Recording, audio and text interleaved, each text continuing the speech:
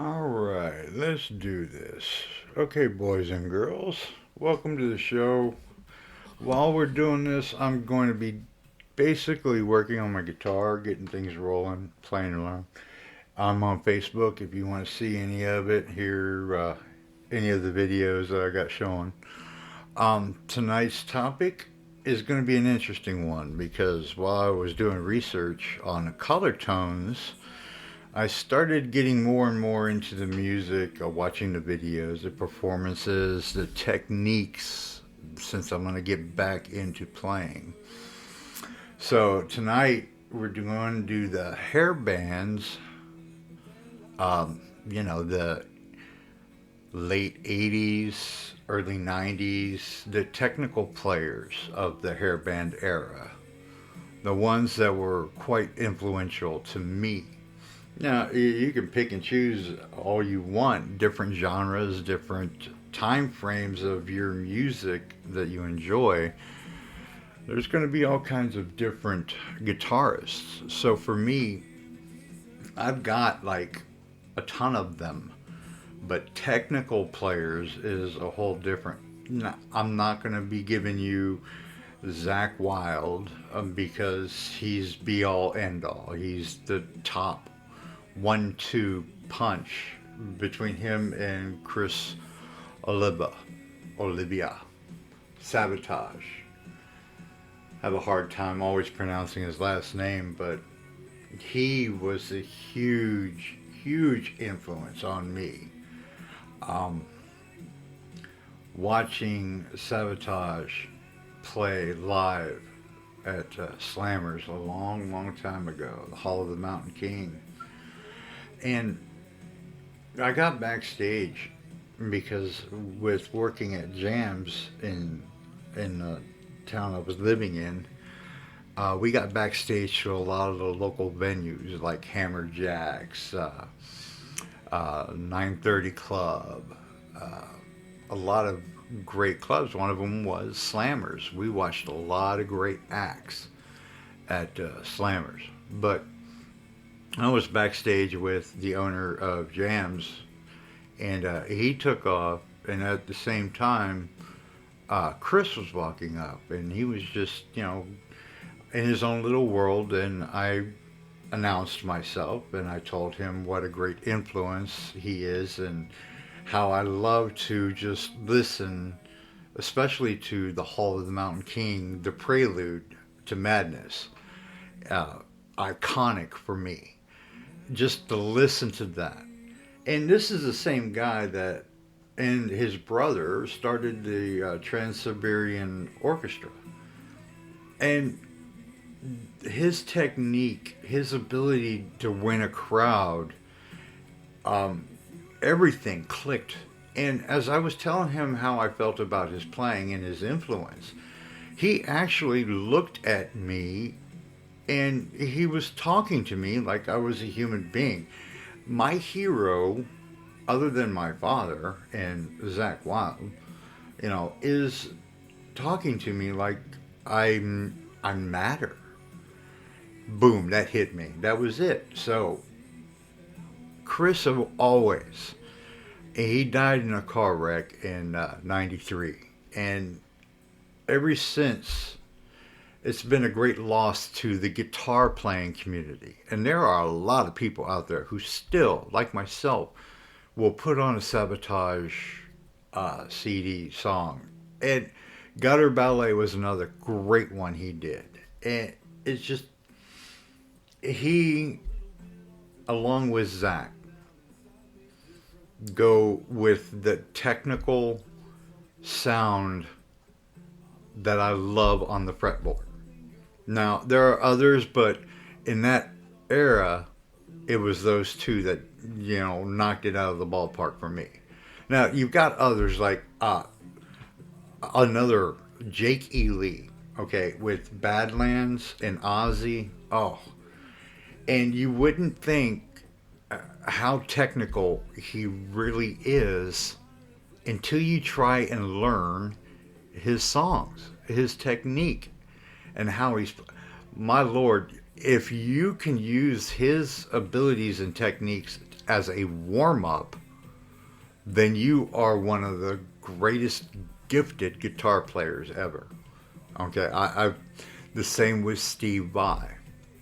Now, there's a big difference between Jake's technique, that grungy, bluesy powerhouse, with the leads that will take your harmony away. And the the big thing about Steve Vai is he has a melody in his head that he's able to bring out on a guitar with nothing else. He is able to look at the guitar in somewhat of a different way than we all. It's weird, and like he calls it a cosmic thing. But if you've ever put the headphones on, toked up on a little bit of a bowl, and listened to some of Steve's earlier work, oh, Lord have mercy. And you listen to him developing into a musical genius just with the technical sounds and the melodies that he's able to produce just out of the top of his head. That's genius guitar work. Another one. There's a 1-2 punch on this one too. Nuno from Extreme, Bentoncourt. He is another God-gifted talent. And he is so... Flight of the Wounded Bumblebee says it all right there. But every album that Nuno has played on has had at least 3 songs on them that I put on my playlist every time I make one.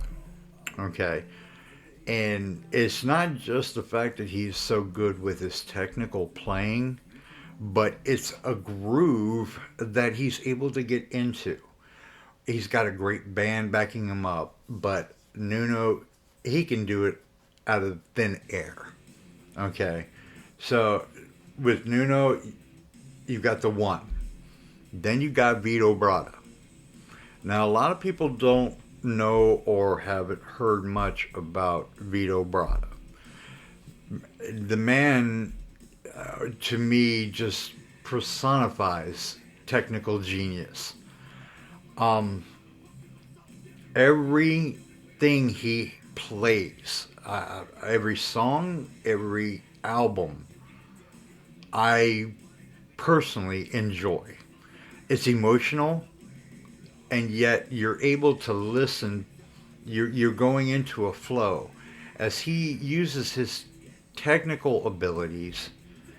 He transforms you into something that you just...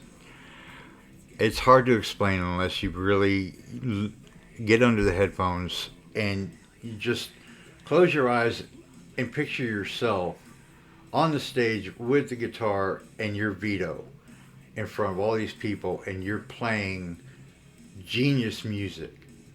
Dude, escaping reality that way is awesome. And I do it a lot with Vito and Nuno because they're so good and technical. But I can't really say anything about the two until I say something about Reb Beach. Now, Winger was always, in the heavy metal world, but Winger put out some really great music. And I got to say, without getting, yelled at or anybody upset, Winger got me laid just as much as Lionel Richie did back in the day.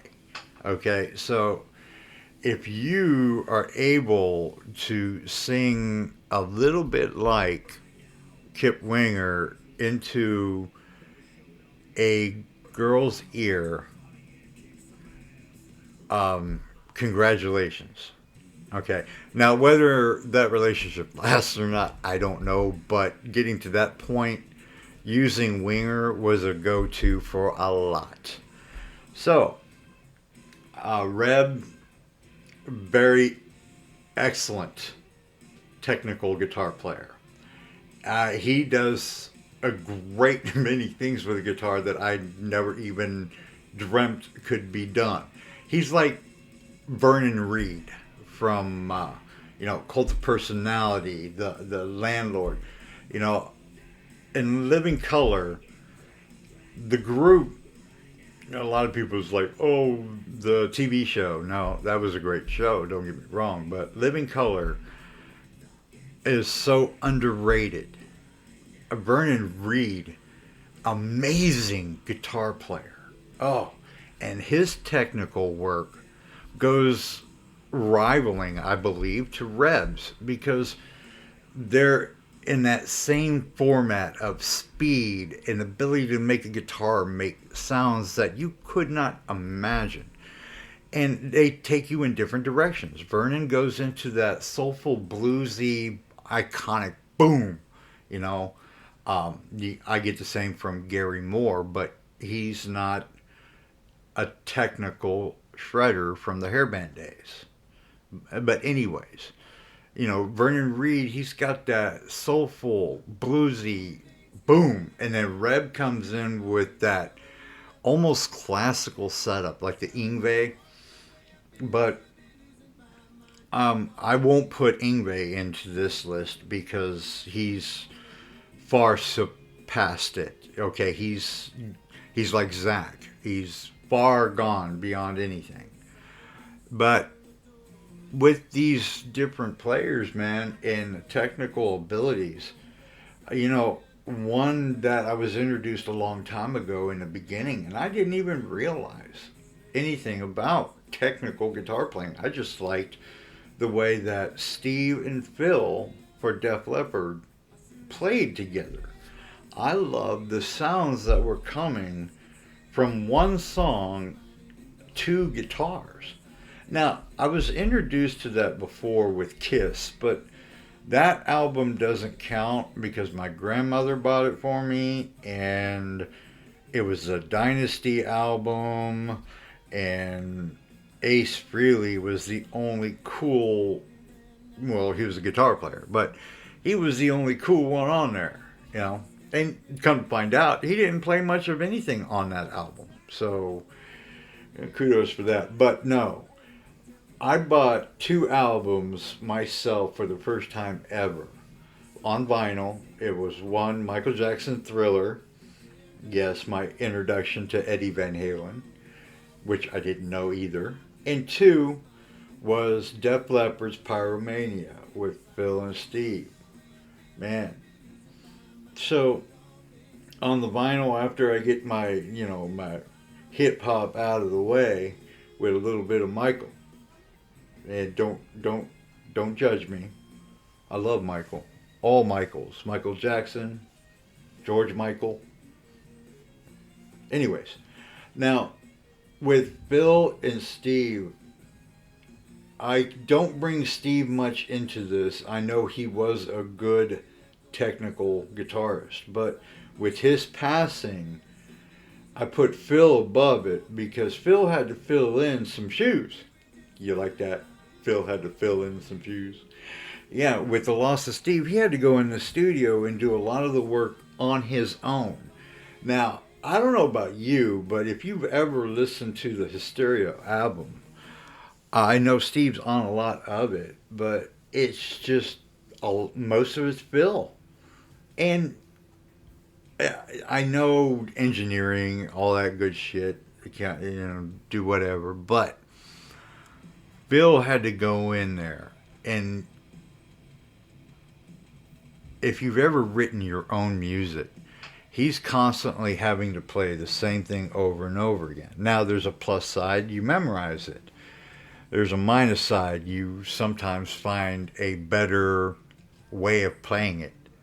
And you have to adjust, and it's just a pain in the ass. Well, Phil had to do that when Steve passed away. And the technical work on those albums, I didn't know. I had no idea because I was beginning, man.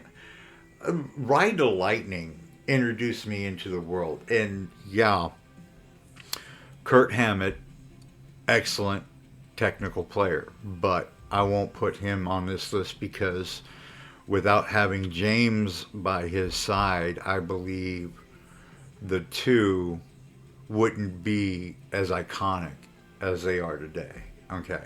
There's a lot that goes into Metallica, and I have enough memory of history of Metallica that's a whole show in itself.